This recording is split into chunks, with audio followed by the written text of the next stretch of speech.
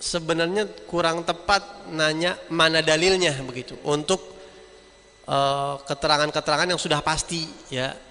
Jadi nanya mana dalilnya itu sebenarnya konsekuensinya berat tuh ya.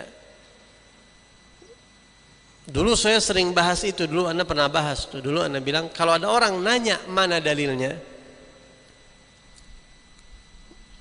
kalau ada orang nanya mana dalilnya, coba ente balikin.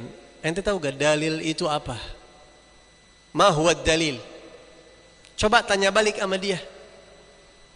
Ente tahu gak definisi dalil itu apa? Belum tentu orang yang pengen tahu dalil, yang suka nanya dalil, belum tentu dia ngerti pengertian dalil itu apa. Anak yakin yang ngerti hanya 10% kurang kali, jangan orang awam itu. Kalau nebak-nebak asal-asalan, dalil itu apaan sih? Asal-asalan, coba jawabnya. Asal-asalan apa? Paling banter Quran hadis.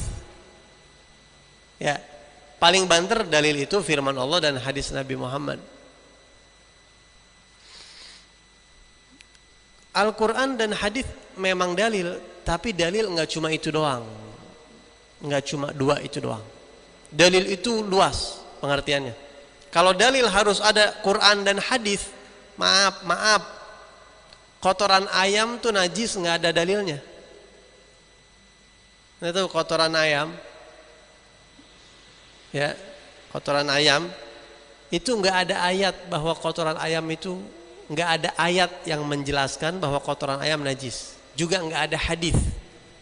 Injak aja kotoran ayam terus sholat, lu kagak cuci lagi. Emang ini najis? Mana dalilnya? Kalau dalil itu hanya Quran dan hadis, enggak ada. Gitu ya. Jadi dalil itu nonjok orang tua, nampar mak bapak, apa hukumnya? Haram. Mana dalilnya? Sebutin ayat Quran atau hadis yang enggak ada. Yang ada fala taqul lahuma uffin, jangan ngomong ah. Ngomong ah aja kagak boleh, apalagi nonjok. Itu namanya qiyas aulawi tuh. Ngerti ente qiyas aulawi? Makanya yang suka-suka nanya dalil ente.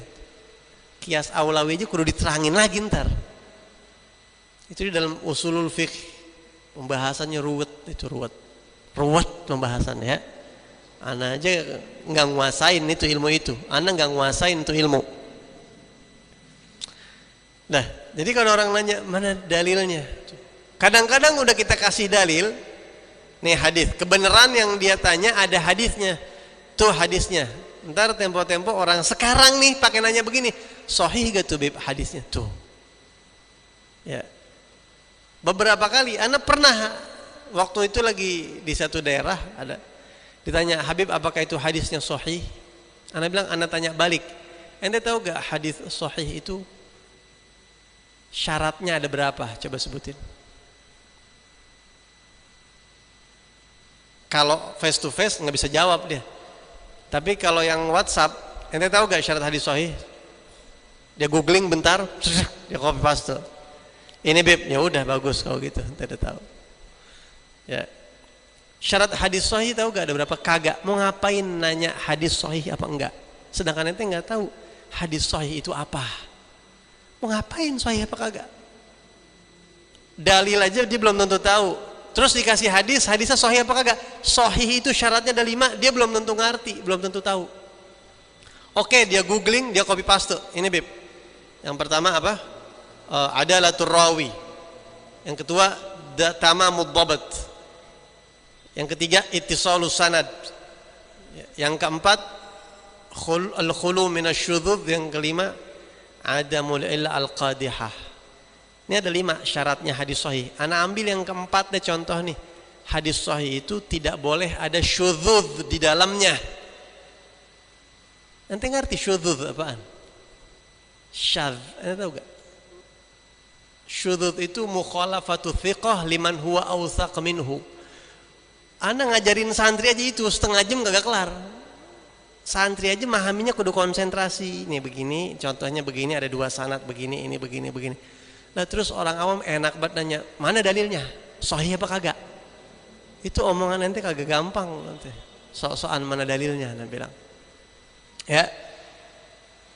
Paham nggak? Jadi kalau dikasih sama ulama ini hukumnya begini, ya, ulamanya kompeten, jelas, belajar kaidah, gurunya sanadnya jelas, udah terima. Ya. Terima udah. Nah, tempo-tempo, mana dalilnya? Sahih apa kagak? Ya Allah. Ente ngerti juga kagak sahih.